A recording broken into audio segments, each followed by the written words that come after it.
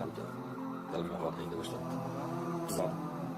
Monitor de 6 polegadas, um octa-core 1.5, dual câmara atrás e a bateria de 10.000 mAh. Telemóvel nada muito bem. Primeiro, captados.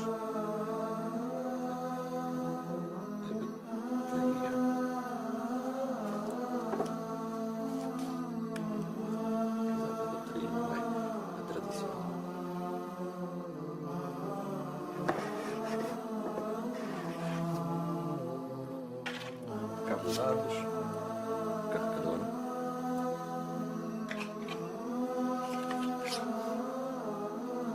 mais um cabo USB para os fones, completamente ligado se há aqui os fones nesta entrada, não tem jack, exatamente, não tem jack de entrada de fones. Um pigletzinho para tirar o cartão SD. O cartão SD é o cartãozinho. Tem uma capa de silicone.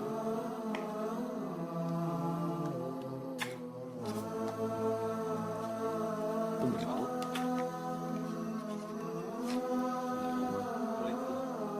Proteção.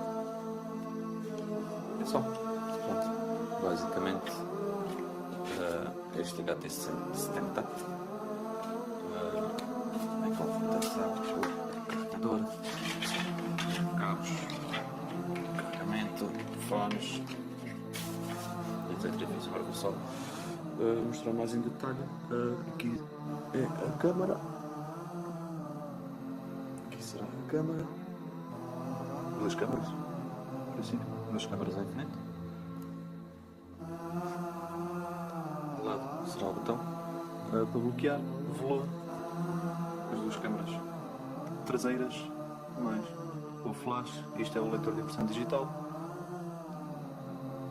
A construção parece ser bastante robusta. O som, entrada de carregador, em cima não tem nada. E para este unboxing é só. Teremos uma análise dentro de alguns dias depois de eu testar exaustivamente.